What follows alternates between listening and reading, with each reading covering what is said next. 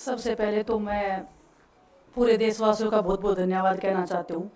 आप media persons का भी, क्योंकि आप लोग ही हम लोगों को इतना through out the journey wrestling में आपने सपोर्ट किया है। तो मैं उम्मीद करती हूँ कि मैं आपकी उम्मीदों पे खरा उतरूँ बिल्कुल। और कांग्रेस पार्टी का मैं बहुत बहुत धन्यवाद करती हूँ, क्योंकि जब बोलते हैं ना कि बुरे टाइम में पता लगता है कि अपना कौन है। जब हम रोड पे घसीटे जा रहे थे तो छोड़ के बीजेपी को, देश में जितनी भी पार्टियां हैं वो हमारे साथ में थी, हमारे दर्द को समझ पा रही थी, हमारे आंसुओं को समझ पा रही थी।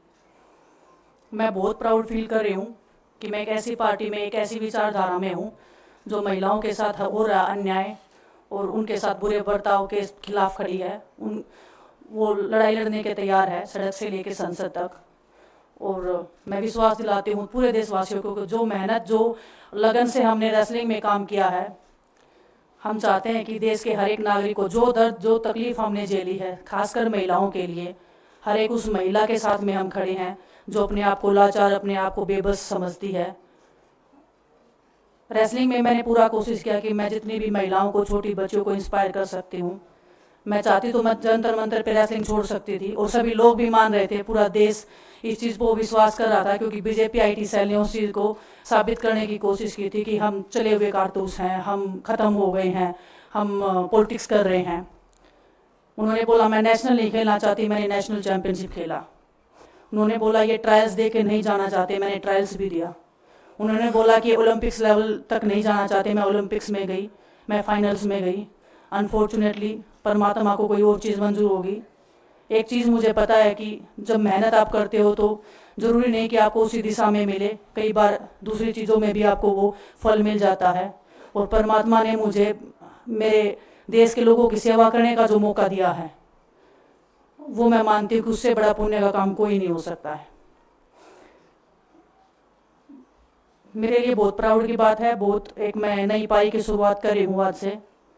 मैं चाहती हूँ कि जो हमने फेस किया एज ए खिलाड़ी होने के नाते, उन सब खिलाड़ियों को वो चीज़ ना फेस करनी पड़े। हम उनकी लड़ाई में साथ हैं। शायद उनको आज हिम्मत मिले कि जो पार्टियां पावर में रहती हैं शायद वो साथ में नहीं खड़ी हों, लेकिन उनके बहन भाई हैं जो उनके साथ में खड़े हैं। और उन्हें पता है स्पोर्ट्स में कितना गलत होता है, नहीं बोल पाते हैं खिलाड़ी।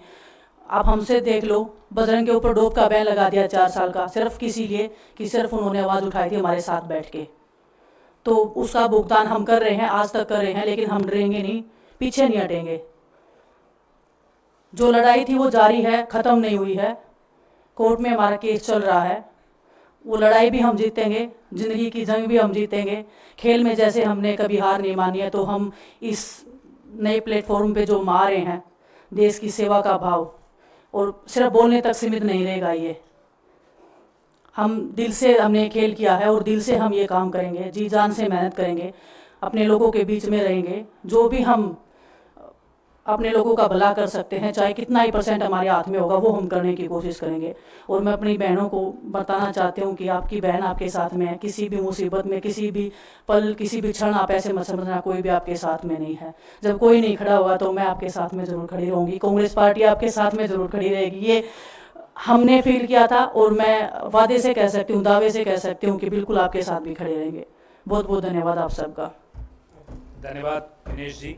मैं बजरंग पुनिया जी से आग्रह करूंगा कि वो अपने विचार आपके सामने रखें। सभी को नमस्कार। और मैं धन्यवाद दूंगा केसी जी का, हरियाणा के प्रभारी हमारे दीपक बावरिया जी का, अध्यक्ष हमारे उदयपान जी का, पवन खेड़ा जी का, और विनीत पुनिया जी का, और जितने भी कांग्रेस के हमारे लीडर हैं उन सब का, कि हमें विनेश ने बताया कि बुरे समय में हमारे साथ खड़े हुए। जो आज बीजेपी की आईटी सेल बोल रही है कि इनका मकसद तो सिर्फ राजनीति करना था, हमने तो उनको लेटर भेजा था, वो जब भी नहीं आए। हमने तो बीजेपी के जो सांसद थी, जितनी भी महिला सांसद थी, उनके घर पे लेटर दिया था, वो फिर भी उन बच्चियों के साथ नहीं खड़े हो पाए।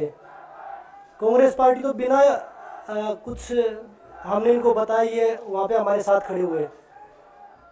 तो देश की बेटियों की जो आवाज़ उठाई उसका भुगतान हम कर रहे हैं। लेकिन ये चीज़ हमें पता लगी कि जो अत्याचार बेटियों पे हुआ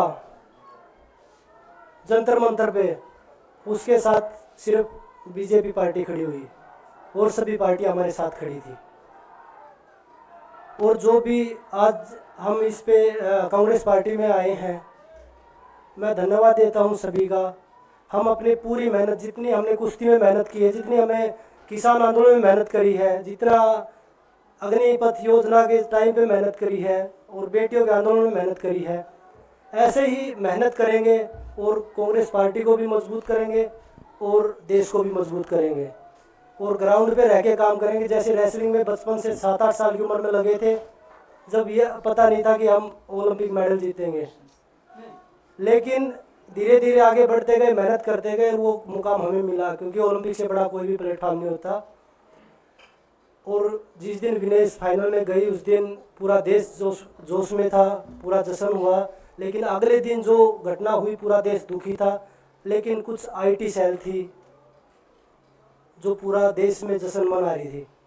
तो ये देश के लिए बड़े दुख की बात है और पूरे देश को सोचना चाहिए कि आप किन लोगों को सपोर्ट कर रहे हैं।